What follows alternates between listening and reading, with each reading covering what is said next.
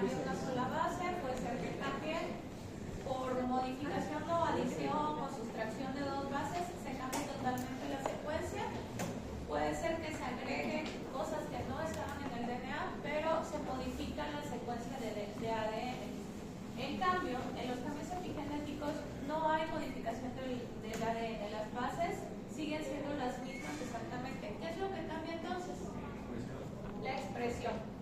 ¿Se acuerdan cómo se controlaba la expresión génica? Hablamos un poco así.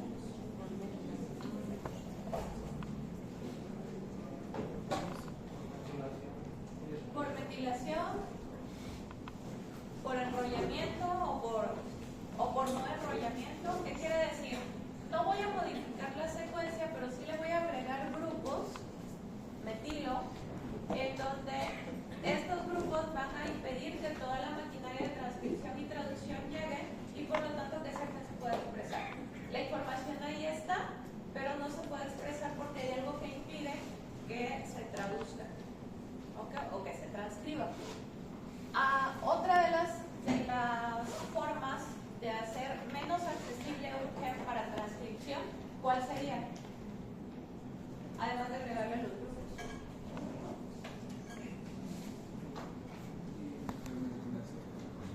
Bueno, esa es la metilación. Le agrego grupos metilo y entonces si le agrego grupos metilos hago que no pueda llegar la maquinaria para transcribirlo. ¿Cómo tiene que estar la cromatina para que un gen se transcriba? Abierta, ¿no? ¿Se acuerdan en qué fase se hacía transcripción-traducción? Bueno, entonces en G1.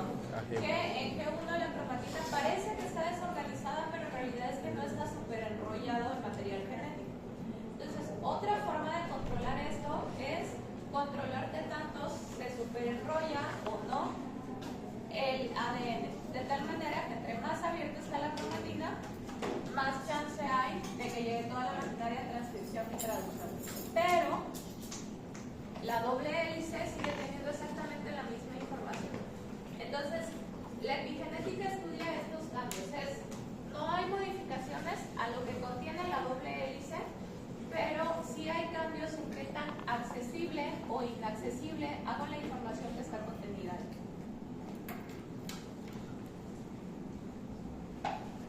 Algo que dijeron sus compañeros es que los cambios epigenéticos son hereditarios. Es decir, no es que una persona tenga cierto estilo de vida que se relaciona más a cuestiones ambientales y de estilo de vida, estos cambios, y solamente le van a afectar a él, sino que además su descendencia se puede ver afectada por las decisiones que un individuo toma. Entonces las modificaciones son heredables. La dieta y las exposiciones ambientales pueden alterar potencialmente el alcance de la regulación epigenética, o sea, pueden hacer que se metilen o desmetilen ciertas zonas, haciendo que se adquieran o no ciertas características. Que vamos, no es que se adquieran porque dijimos ahí está, sino que se expresen o no ciertas características.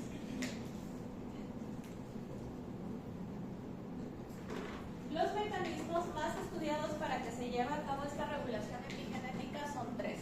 El primero es la metilación del DNA, que es esto de agregarle el grupo metilo a la doble cadena. ¿Y qué hace la metilación?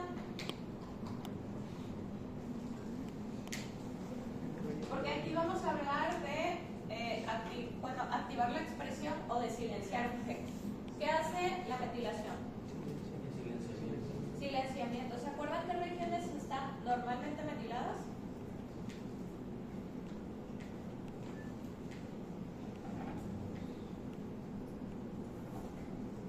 De forma fisiológica.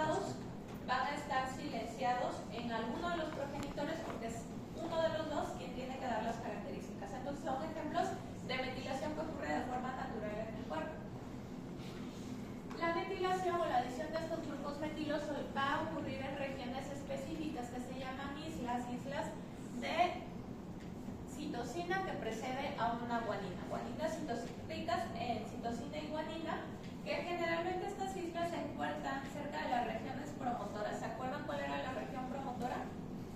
La región es donde inicia la transcripción de un gen, por ahí donde está la caja tata, por ahí donde se empieza la transcripción de ADN a RNA.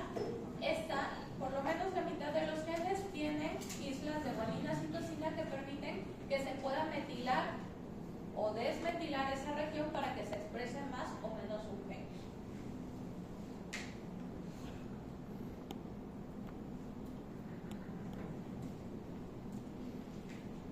Puede haber dos pasos hablando de grupos metilos. Uno es que a una región que está metilada normalmente, yo le quité grupos metilos, lo que va a hacer que esa región aumente su expresión génica, y la otra es hipermetilar. Entonces, hipometilación le voy a llamar, a lo mejor para nuestro idioma sería mejor desmetilación, a quitar grupos metilos de una zona donde normalmente estaba silenciado. 80% de los dinucleótidos citosina guanina fuera de las regiones promotoras están metilados de forma fisiológica. La desmetilación, sobre todo en regiones codificantes, puede causar alteración en los niveles de RNA mensajero. Cuando hay desmetilación de una zona que fisiológicamente estaba metilada, esa zona se va a expresar con mayor facilidad, lo que va a hacer que esos genes que estaban silenciados ahora se expresen. Y la hipometilación o desmetilación es el paso inicial en cáncer. ¿Qué se desmetila? Los protooncogenes, y de esta manera se pueden convertir en oncogenes, en genes que aumentan señales de crecimiento. Y luego está del otro lado la hipermetilación. La hipermetilación puede dar lugar a silenciamiento del gen. Y la hipermetilación es generalmente el segundo paso en cáncer, que se hipermetilan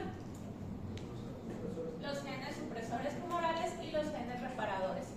La hipermetilación, como ya lo dijeron ustedes ahorita, está fisiológicamente presente en muchos genes, como los del cromosoma X, como las regiones que están improntadas, como las regiones de secuencias repetidas. ¿Se acuerdan en X frágil? Cuando tenemos repetición de trinucleótidos, normalmente estos están silenciados. Entonces, eso ocurre de forma fisiológica.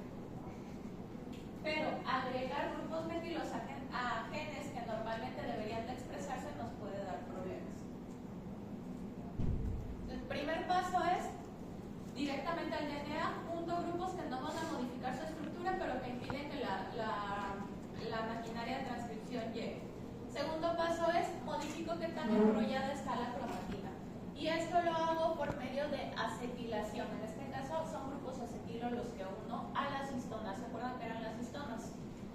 Las proteínas donde se enrollaba el DNA para que quedara muy compacto. Bueno, entonces la adición de grupos a las histonas va a hacer que el DNA no se pueda enrollar de forma normal y va a hacer que se abra un poco más la cadena, y al quedar abierta o expuesta la cadena va a ser más fácil que llegue la maquinaria de transcripción. Entonces, a diferencia de los grupos metilo, agregar acetilos a las histonas va a hacer que sea más fácil transcribir esos genes. Entonces, la acetilación lo que va a hacer es aumentar la expresión de los genes.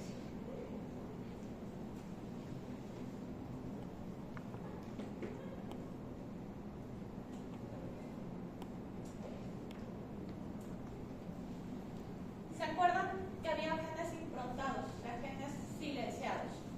Bueno, la pérdida de la impronta, es decir, el activar estos genes que normalmente solo nos daba papá o mamá, o estaban dados por un progenitor, va a hacer también cambios, porque ocurre la impronta, digamos que dependiendo del gen no se sabe muy bien porque solamente uno de los padres la tiene que dar, pero el hecho de que se activen los genes que normalmente estarían silenciados da lugar a manifestaciones de enfermedades. En este caso, pérdida de la impronta se ha asociado a algunos trastornos como trastorno bipolar, autismo, esquizofrenia, enfermedades o trastornos psiquiátricos asociados a genes que normalmente deberían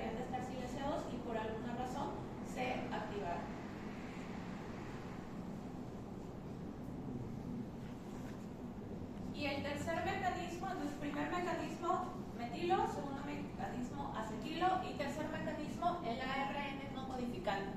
¿Se acuerdan que dijimos que más del 90% del ADN no codificaba para nada?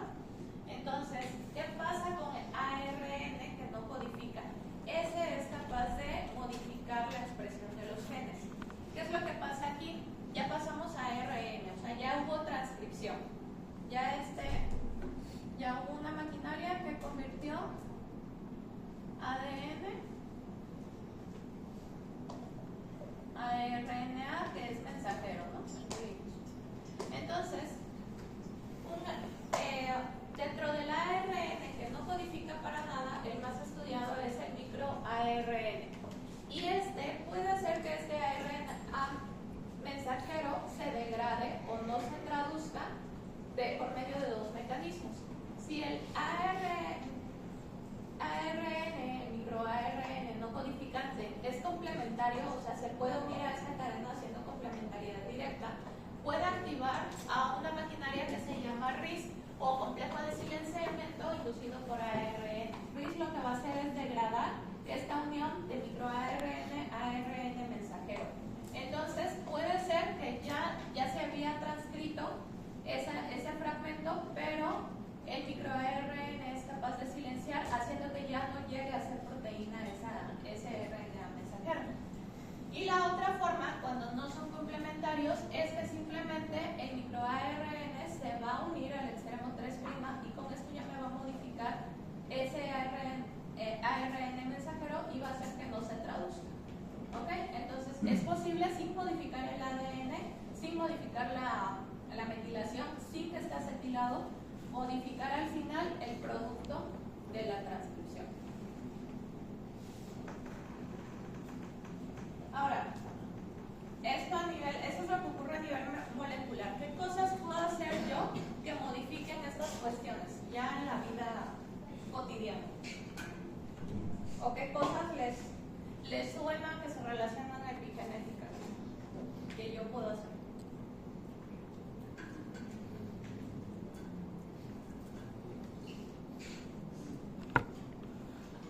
No sé, pero en mi mente. ¿La alimentación puede ir? La alimentación, claro que sí. Ahorita vamos a ver qué se ha encontrado en ese aspecto.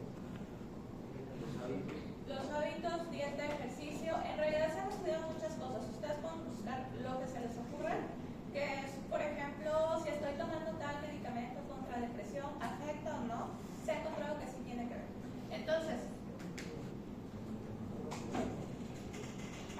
mi cuerpo, mi decisión, no es tan así. Porque, como les dije hace ratito, todo era hereditario. Entonces, para que se piensen tener hijos, el estilo de vida no solamente les va a afectar a ustedes o la expresión génica de su propio cuerpo, sino el de su descendencia.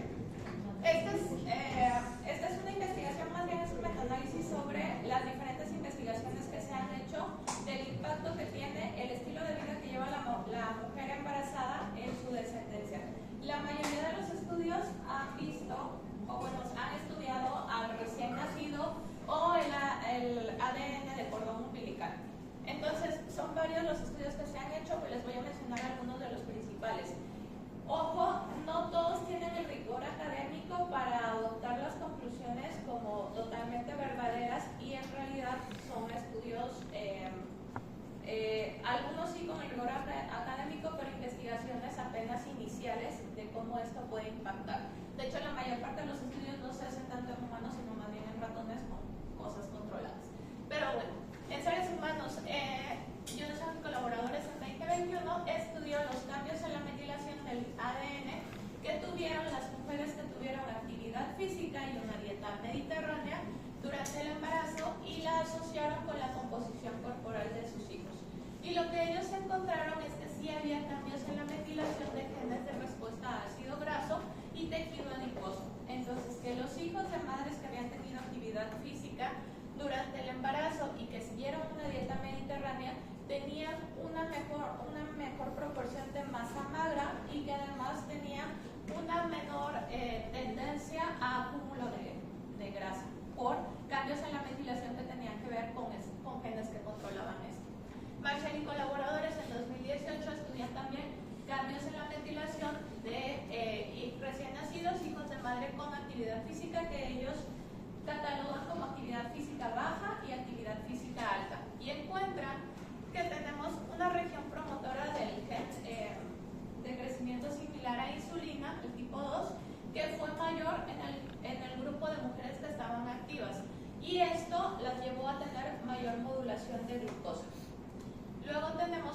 otra investigación que asoció el tiempo no sedentario de la madre durante el embarazo y las metilaciones en regiones que eran susceptibles a esto, y encontró que la actividad física hipometila un gen, o sea, hace que se exprese un gen que se llama PLAP1.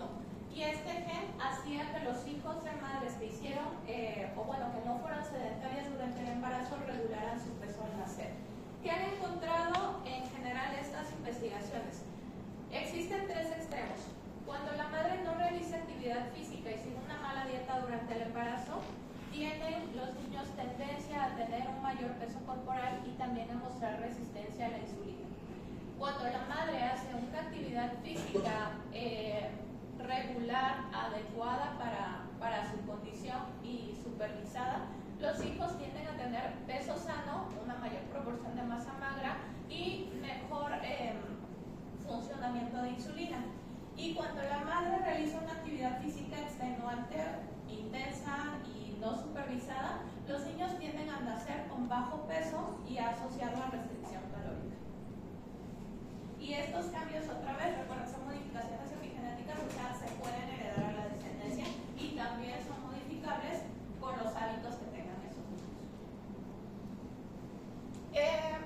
Eso fue con la actividad física. Luego, con ingesta de carbohidratos. Daniels en 2020 hace una relación entre la metilación en la región de la leptina y qué relación tenía esto con la dieta, con el contenido de calorías, grasas y proteínas, y también con los azúcares añadidos. Entonces, él encontró que había una hipometilación de la leptina, es decir, se expresaba más la leptina cuando la madre ingería más carbohidratos. ¿Y qué hace la leptina? Saciedad. Bueno, entonces se esperaría que estos niños tuvieran mayor saciedad, pero lo que encontraron fue que estos niños tenían resistencia a la leptina, mucha leptina sin que realmente estuviera funcionando. Entonces comían más sin sentirse saciados. Luego también se estudiaron la metilación e ingesta materna de carbohidratos, grasas y proteínas, encontrando que había hipermetilación de un gen que se llama RXRA, que se relacionaba con una menor ingesta materna de carbohidratos. Entonces, cuando hay este gen, lo que me produce es resistencia a la insulina y mayor riesgo de aterosclerosis. Cuando hay una ingesta baja de carbohidratos, este gen se hipermetila, es decir, mejoro mi resistencia a la insulina y tengo menor riesgo de aterosclerosis porque se está hipermetilando el gen, se está silenciando. Y también se ha asociado la dieta materna a un gen que se llama, a una región que se metila, que se llama H19, que se encarga de la supresión del crecimiento. Y aquí no se encontró relación con los carbohidratos, pero sí con la ingesta calórica. La ingesta calórica de menos de 1000 calorías, o sea, muy poquitas calorías durante el embarazo, se relacionó con una hipometilación de este gen que suprime crecimiento. Entonces, lo que se produce es supresión, mayor expresión del gen y, por lo tanto, niños con peso más bajo.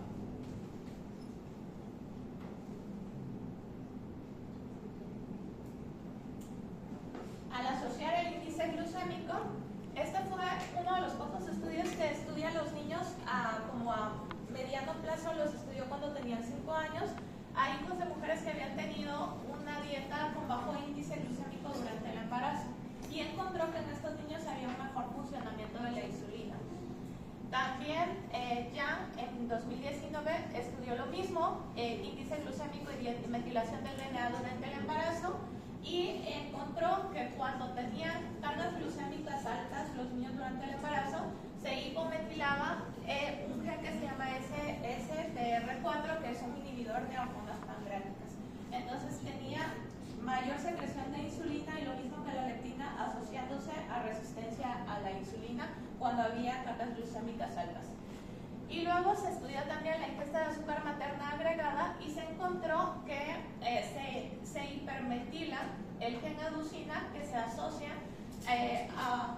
esta hipermetilación más bien se asocia a obesidad, a mayor resistencia a la insulina y también a mayor riesgo de hipertensión.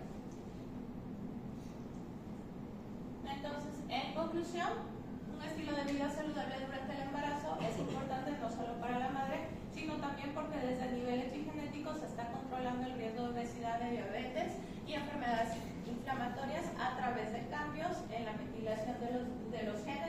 involucrados en el control tanto de lípidos, insulina, leptina, etc. Pero este no es el campo en donde se ha estudiado más la epigenética. La epigenética o el estudio inicia el cáncer. Y inicia el cáncer con tabaquismo. ¿Se acuerdan cuál dijimos que era el primer cambio epigenético que había? La hipometilación de los protocogenes convirtiéndolos en oncogenes. Esto se descubrió con el tabaco por allá de los 70. En 1950 se confirma el primer estudio a gran escala que asoció el tabaco con el cáncer. Actualmente, pues prácticamente todos los cánceres están asociados a tabaquismo. Por ahí se salva todavía endometrio, pero de allá afuera todos los cánceres están asociados a tabaquismo. Y ahorita vamos a ver por qué. El determinante más importante, como ya lo habrán oído, ya lo sabrán, va a ser cuánto ha fumado esa persona con un índice tabáquico de más de 20 paquetes años. ¿Se acuerdan cómo se saca? Ya lo vieron.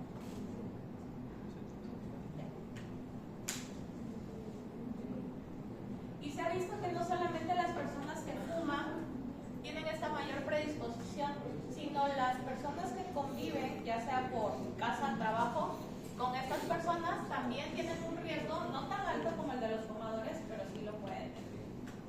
¿Y cómo es que se produce el cáncer por tabaquismo?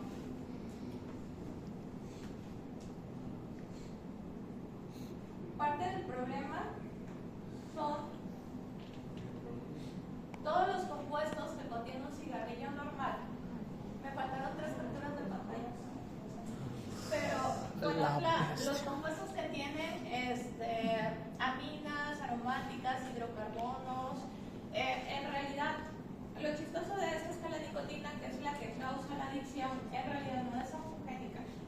La función única de la nicotina es causar la adicción, pero todo lo demás que hay, la gran mayoría de las cosas se encuentran en cantidad suficiente para provocar cáncer en un animal, y en humano pues ahí van haciendo algunos de ellas se encuentran en cantidad suficiente: nitrosaminas, nitrohidrocarbonos, polifenoles, metales, arsénico, cobalto, cadmio, etcétera, etcétera, que contiene un cigarrillo. Entonces, ¿cómo sucede esto?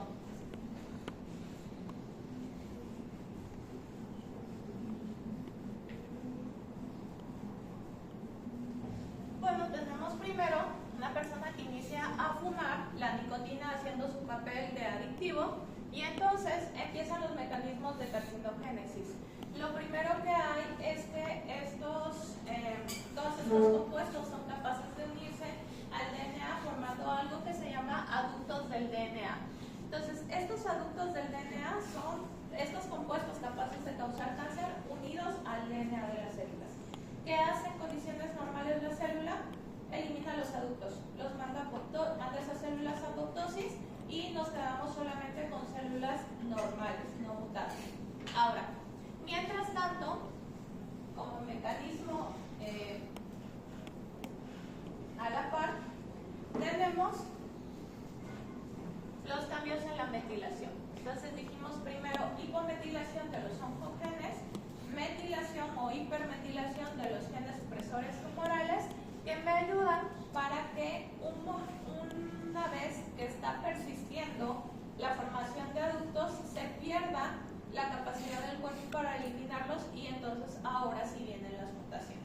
Entonces lo primero que ocurre acá no es directamente la mutación, son cambios durante mucho tiempo, cambios epigenéticos durante mucho tiempo, hasta que finalmente el cuerpo ya no puede eliminar estos aductos que funcionan como el metilo, añadiéndose nada más, y ahora sí cambio directamente el DNA.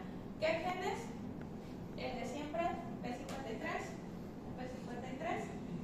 RAS y otros genes que se van agregando. Entonces pierde la capacidad la célula cuando se pierde P53 de irse a apoptosis, y estos aductos que se siguen formando pues ahora sí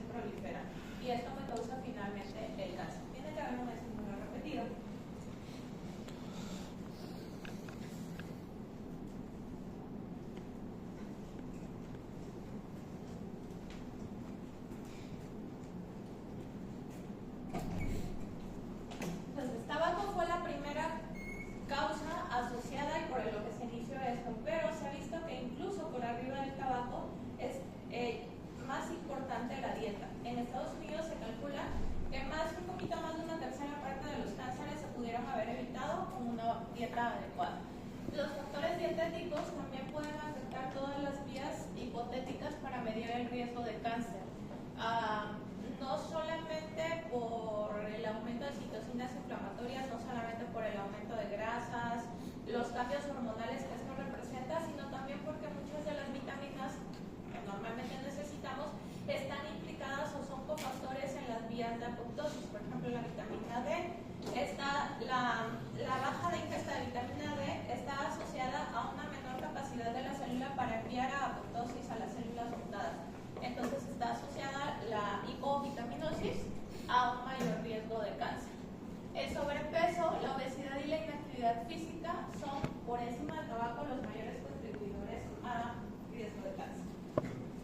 Obesidad y cáncer, ¿a qué se relaciona más la obesidad? Pues a cáncer de colon. De hecho, la circunferencia abdominal se toma como predictor de cáncer de colon. En mujeres postmenopáusicas se ha visto que hay un aumento significativo de los cánceres asociados a estrógenos como mama, endometrio y ovario cuando ganan peso, y el riesgo también puede reducir significativamente cuando pierden ese peso durante la posmenopausia. La asociación con otros tipos de cánceres es menor, pero básicamente mucho de la relación que hay es inflamación, porque las citocinas inflamatorias presentes en obesidad o sobrepeso cambian los patrones de metilación y modificación de histonas, es decir, pueden hacer tanto metilación como acetilación, cambiando con eso la expresión de los genes y haciendo una mayor propensión a cáncer. Después de esto tenemos el alcohol. Entonces, ¿por qué? O bueno, ¿de dónde? Pues básicamente de todos los lugares por donde pasan y donde se metabolizan. ¿Por qué se hace por qué se produce el daño? Primero, por daño directo a las células del endotelio gastrointestinal. Luego, porque también puede actuar como un modulador de la metilación del DNA. Porque el daño directo y repetido va a ser más susceptible a que haya mutaciones. Y porque el incremento del acetaldehído va a aumentar la proliferación de las células epiteliales, formando, así como en el tabaco, adultos del DNA. De paso, y hablando de acetaldehído, ¿veis? Estamos, digamos que a muy poco tiempo de saber si tiene una implicación, pero una de las alertas de la NCCN, de la Sociedad de Cáncer en Estados Unidos, es la falta de regulación en su fabricación y la cantidad de solventes no regulados que se pueden añadir a él, haciendo con esto también que no solamente haya un mayor daño, sino una progresión más rápida. No necesariamente a cáncer, pero sí a lesión pulmonar en adultos.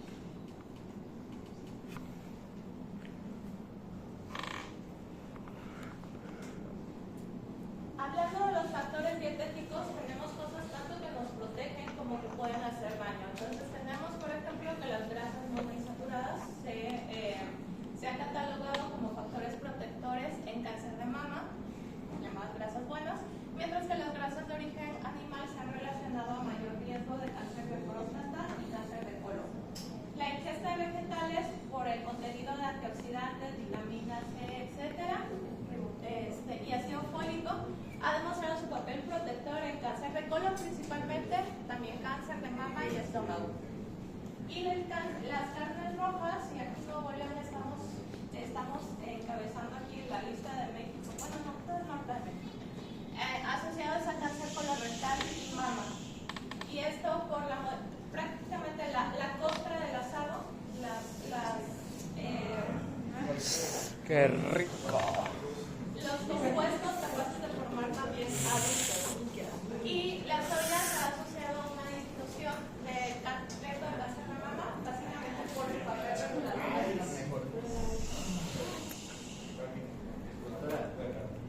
¿Cómo recomienda comer la carne?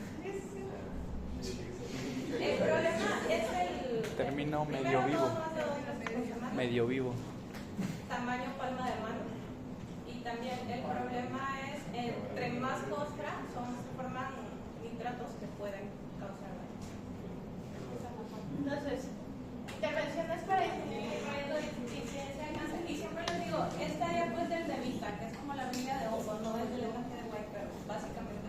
Entonces, actividad física regular, 150 minutos semana, 30 minutos moderado vigoroso, evitar sobrepeso, limitar consumo de alcohol, consumir frecuentemente frutas y vegetales, granos enteros, carbohidratos refinados, reemplazar la carne roja con pescado, nueces y leguminosas y considerar suplementación con vitamina D de las personas que estén en riesgo. Esto les decía porque hay una menor capacidad de apodosis en las personas que tienen hipovitaminosis D. Porque activa las traspasos. Bueno, ya para terminar y para que se acuerden que tienen en común la epigenética y la Navidad, algunas modificaciones resaltan el árbol como la etilación de histonas, mientras que otras silencian la expresión como si fueran telarañas que impiden ver lo que hay debajo, como la metilación. Bueno,